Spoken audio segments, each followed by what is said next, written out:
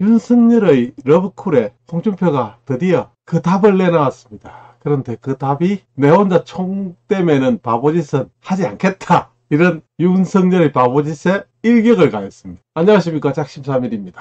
윤석열이 공개적으로 홍준표를 만나겠다고 자신의 더듬수를 감추기 위해서 애쓰는 중에 홍준표의 메시지가 나왔습니다. 윤석열의 러브콜에 대해서 완전히 선을 쫙 그어버렸습니다. 심지어 그 표현이 총 떼매는 바보짓을 하지 않겠다. 이렇게 이야기하고 있습니다. 옆에 자료 화면은 지난해 11월 5일 백범 김구기념관에서 한번 만났었죠. 그때 사진을 조선일보가 올리면서 전했습니다. 표현은 이렇습니다. 도와주더라도 뒤에서 도와주는 형식이 맞지. 앞장서서 총 떼매는 바보짓을 이제 안 하려고 한다. 지금 윤석열은 급한 와중에 아이고 형님 이제 도와주실 때도 됐지 않습니까? 이런 식으로 애걸을 하고 있지만 홍준표는 이미 내가 공식적으로 지금 도와준다고 모든 상황을 다 마련했다. 그런데 또 무슨 구글이냐? 도와주더라도 뒤에서 도와주는 형식이 맞지 앞장서서 총 떼매는 바보짓 같은 것은 이제는 하지 않겠다.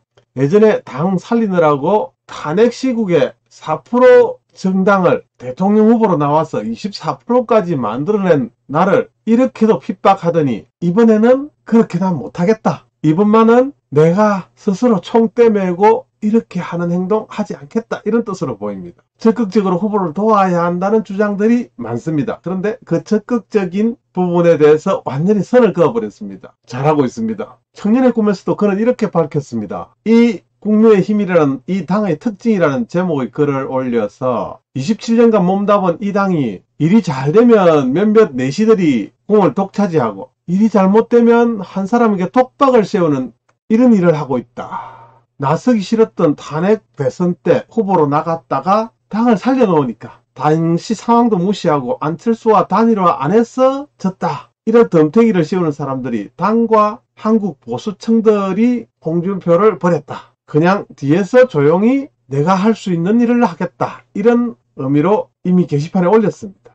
한편 어떤 주장에서는 이런 주장도 나오고 있습니다. 2017년 대선 때 자유한국당 후보로 나왔던 홍준표가 득표율 24.3%를 얻어 더불어민주당 문재인 41%에 패했습니다. 당시 3등을 했던 안철수가 일각에서는 단일화를 통해서 홍준표와 안철수 후보 표심을 합쳤다면 당이 승리할 수 있지 않았을까라는 주장도 나오고 있다는데 여기에 대해서도 홍준표는 따끔하게 일침을 가했습니다. 탄핵 대선 때 지지율 4%로 시작했습니다. 어떤 사람도 대통령 후보로 나설 수 있는 상황이 아니었습니다. 그런 상황에서 등 떠밀듯이 밀어넣고 그때는 이미 안철수 아니라 안철수 할아버지 표와 합쳐도 이미 촛불이 된다는 것은 이미 정해져 있었던 시절이었습니다. 촛불이 덜불이 되어서 활활 타오르고 있는 그때 1일 단신으로 그 촛불에 들어누우면서 24%의 기록을 세웠습니다. 심지어는 좌파의 횃불은 안철수와 더불어 60%가 넘어갔습니다. 가까이 60% 가까이 넘어갔습니다. 왜냐하면요. 그 안철수도 문재인을 믿지 못하는 촛불의 힘이었습니다. 그런데도 그 들불처럼 번져가던 촛불에 호롤단신으로 맨몸으로 싸웠던 홍준표가 4% 당에서 24%를 만들어냈다는 것은 보수 우파의 가치를 제대로 전달할 수 있는 사람, 대한민국에서 유일하다는 뜻입니다. 우리는 지금 잊고 있습니다. 안철수가 계속해서 어떤 선거든지 막 튀어나오고 중소기업을 운영했다. 백신을 개발했다. 백신 개발까지는 맞죠. 그 개발도 성공 스토리도 전부 대한민국의 세금으로 이루어진 세금의 산이지 않습니까? 안철수만한 부자가 지금 없습니다.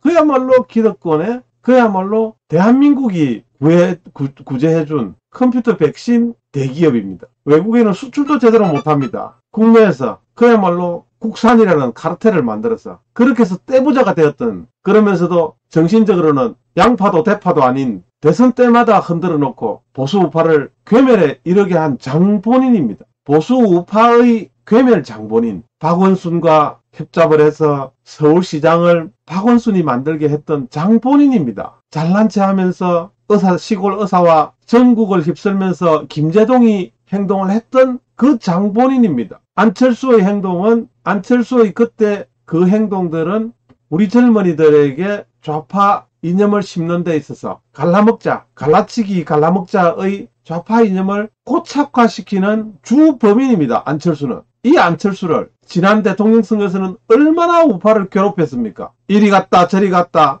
철수 안 한다 철수한다 철수야 안철수야 철수 안철수 철수 안 한다 철수 철수한다 안철수. 이번에도 또 괴롭히려고 또 나오고 있습니다. 서울시장 나올 때 어떻게 이야기했습니까? 대통령 후보 포기한다. 언론은 이런 것들 안 쓰고 있습니다. 물론 김대중도 대통령 출마 안 한다. 정치 그만한다. 3번 어겼습니다. 3번. 3번 튀어나왔습니다. 마지막이다. 3번. 틈만 나면 전라도로. 그야말로 대한민국에서 가장 많이 배운 사람, 가장 돈 많은 사람, 가장 배신 잘하는 사람, 가장 철수 잘하는 사람, 이런 사람들을 지금 바보 대행진입니까 이게? 아니 간신배 자랑하는 간신배 뽑기 대회입니까? 간신배 스카우트 대회입니까? 한국당은 국민의힘 한국당은 자기 힘으로 자기 당내에서 후보 하나 제대로 낼 수 없는 그런 불임정당을 계속해서 하시려고 이러십니까? 홍 의원은 전날에도 자신의 페이스북을 통해서 윤 후보의 지지율 추락 원인을 역량 부족과 가족 비리로 인한 공정과 상식의 상실 때문이다. 이렇게 정확하게 지적을 했습니다. 아니 사실을 사실대로 이야기해야지. 이것을 어디 저런 굴러온 낙엽들이 당을 장악하는 이 당에 그렇게도 다시 충성을 하라고 이런 말도 안 되는 이야기를 합니다. 그래서 이제 총대 매는 바보짓 안 하겠다. 이런 뜻으로 이제는 정말 총대 매는 행동 해서는 안 됩니다. 그러면서 추락 원인을 해소하는 데 주력해야지 뜬금없이 원팀 운운하는 것은 천부당 만부당한 소리라. 이렇게 꼬집었습니다. 추락 원인을 해소하는 데 주력해야 한다. 홍준표의 일침입니다. 지금 현재의 윤 후보 추락 원인은 역량 부족이다. 가족 비리로 인한 공정과 상식의 상실 때문이다. 정확한 표현을 하고 있습니다. 어떤 것도 소신 있게 내놓지도 못하고 공정과 상식은 어디에도 찾아볼 수 없는 이런 후보를 원팀 운운하면서 총대 매는 바보짓 이제는 하지 않겠다. 안녕하십니까. 작심 3일 비디오 리기 광고 잠깐 하고 들어가겠습니다.